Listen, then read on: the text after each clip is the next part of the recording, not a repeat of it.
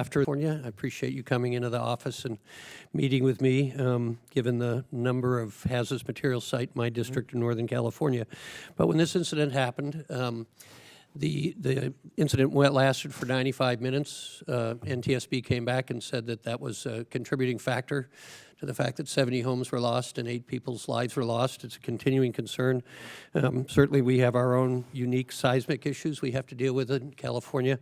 But I wanted you to give the committee an update as to implementation of the direction from Congress after that incident in terms of automatic valves and remote control shutoffs. Well, Congressman, thank you for your time the other day, and I was quite interested to learn more about the district and some of the challenges you faced there. It was September of 2010 when San Bruno occurred, and I believe there were 8 fatalities, and terrible tragedies like that should not occur under any circumstances. Earlier today, I spoke of, based on questions that I heard from members of the subcommittee about progress in our rupture detection and automatic valve rule, which quite frankly has languished behind several of the other pipeline rules that we had been working on, one on pipeline liquid safety and one on gas safety. A lot of what you're talking about from the incident at San Bruno, we hope to resolve with the rupture detection and automatic valve rule that's in the notice of proposed rulemaking stage. We hope to have that out for public comment very shortly, and then once we can see the responses back from that, we hope to move that to a final rule.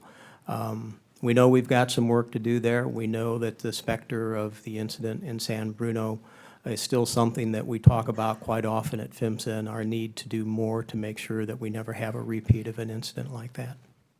I appreciate that. And coming from a district that has the largest geographic and population density of hazardous material sites, as I explained to you, with 4 refineries in an urbanized area, it's not unlike Philadelphia or these urbanized areas where generally we do a very good job, but all it takes is that one incident, and certainly for the people affected, you can't explain our inability to provide these kind of remedies.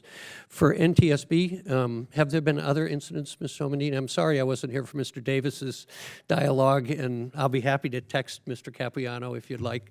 But could you give us any information? Have there been other incidences where these type of remote control valves or automatic shutoffs would have helped in incidents since the San Bruno one? There have been many incidents where they would have. I mean, we have in general an issue with shutting down, with pipelines being shut down promptly once an incident occurs, and actually the operator knowing about the problem. With PG&E, we had an incident not too long ago where, it was 2 hours to shut down the pipeline, and this one, it was 95 minutes, and we did find that it severely hindered emergency response operations because of the lack of shutoff valves and also lack of appropriate training for pipeline personnel who had gone and didn't know how to deal with the manual valves. But in other instances, you have prior PG&E